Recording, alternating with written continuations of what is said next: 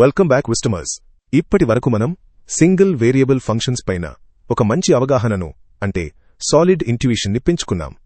ఉదాహరణకు y equals x-1 అయితే machine learning మరియు డీప్ లెర్నింగ్ రంగాలలో మనం కేవలం ఒకే ఒక వేరియబుల్తో పనిచేయడం చాలా అరుదు.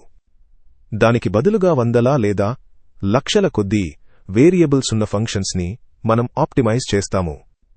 అందువల్ల పార్షియల్ డిఫరెన్షియేషన్ పై పట్టు సాధించడం చాలా అవసరం. ఈ మల్టీవేరియబుల్ ప్రపంచంలో ఇది ఎలా పనిచేస్తుందో ఆ కోర్ కాన్సెప్ట్స్ ని విజువలైజ్ చేస్తూ ఇప్పుడు తెలుసుకుందాం. మన ఫౌండేషనల్ నాలెడ్జ్ కి సంబంధించిన ఒక క్విక్ రీక్యాప్తో మొదలు పెడదాం. మనకు తెలిసిన ఈక్వేషన్ ని గమనించండి. y ఈక్వల్స్ x-1 ఈ సిస్టంలో మనకు ఒకే ఒక ఇండిపెండెంట్ వేరియబుల్ ఉంది, అదే x.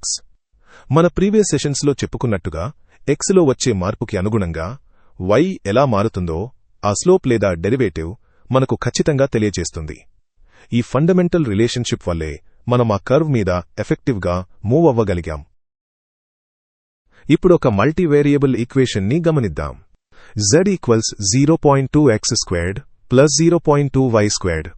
ఈ సిస్టంలో మనం x మరియు y అనే రెండు ఇండిపెండెంట్ వేరియబుల్స్తో పనిచేస్తున్నాము. ఇక్కడ అవుట్పుట్ z అనేది రెండు వేర్వేరు ఇన్పుట్స్ పైన ఆధారపడి ఉంటుంది కాబట్టి మనం ఒక 2 డైమెన్షనల్ కర్వ్ నుండి 3 డైమెన్షనల్ సర్ఫేస్ కి మారుతున్నాము. ఈ ఫంక్షన్ 3D స్పేస్లో ఎలా విజువలైజ్ అవుతుందో ఇప్పుడు చూద్దాం.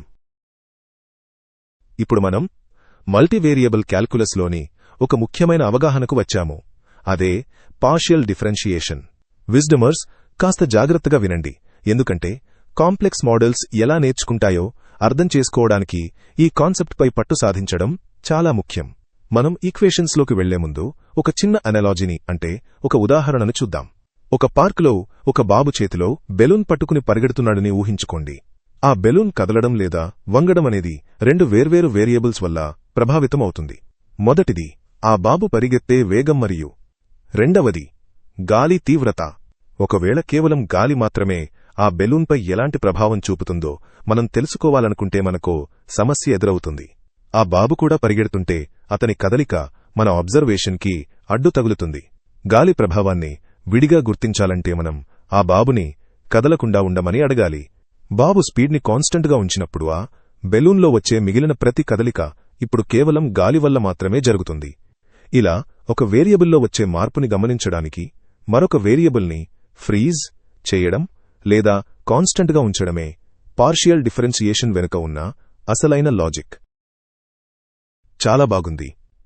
మన అనాలజీ ద్వారా వేరియబుల్స్ ని ఎలా ఐసోలేట్ చేయాలో మీకు ఒక అవగాహన వచ్చింది కాబట్టి ఇప్పుడు ఆ లాజిక్ ని మన మ్యాథమెటికల్ ఈక్వేషన్ కి అప్లై చేద్దాం. మన మల్టీ వేరియబుల్ ఫంక్షన్ ని గమనించండి. z equals 0.2x² plus 0.2y². ఈ సిస్టంలో z వాల్యూ అనేది x మరియు y అనే రెండు ఇండిపెండెంట్ వేరియబుల్స్ పైన ఆధారపడి ఉంటుంది. ఒకవేళ కేవలం x లో వచ్చే మార్పు వల్ల z ఎలా మారుతుందో తెలుసుకోవడమే మన ఆబ్జెక్టివ్ అయితే మనం ఖచ్చితంగా పార్షియల్ డిఫరెన్షియేషన్ సూత్రాన్ని అప్లై చేయాలి. మనం చర్చించుకున్నట్టుగా ఒక వేరియబుల్ యొక్క ప్రభావాన్ని విడిగా చూడాలంటే మరొక దానిని మనం కాన్స్టెంట్ గా పరిగణించాలి. కాబట్టి x పరంగా వచ్చే రేట్ ఆఫ్ చేంజ్ ని కనుగొనడానికి మనం y ని ఒక ఫిక్స్డ్ వాల్యూలా చూస్తాము. మ్యాథమెటికలీ ఒక కాన్స్టెంట్ యొక్క డెరివేటివ్ 0 అవుతుంది.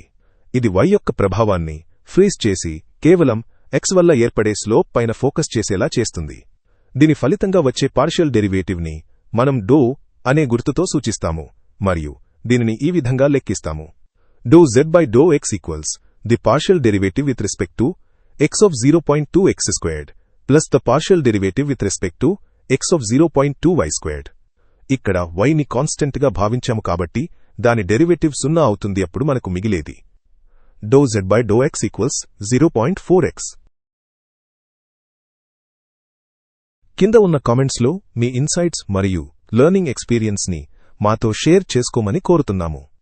మీ ఫీడ్బ్యాక్ మాకు ఎంతో వాల్యుయబుల్. మీకు ఒక ప్రొడక్టివ్ మరియు ఇన్సైట్ఫుల్ లెర్నింగ్ జర్నీ సాగాలని మేము ఆశిస్తున్నాము.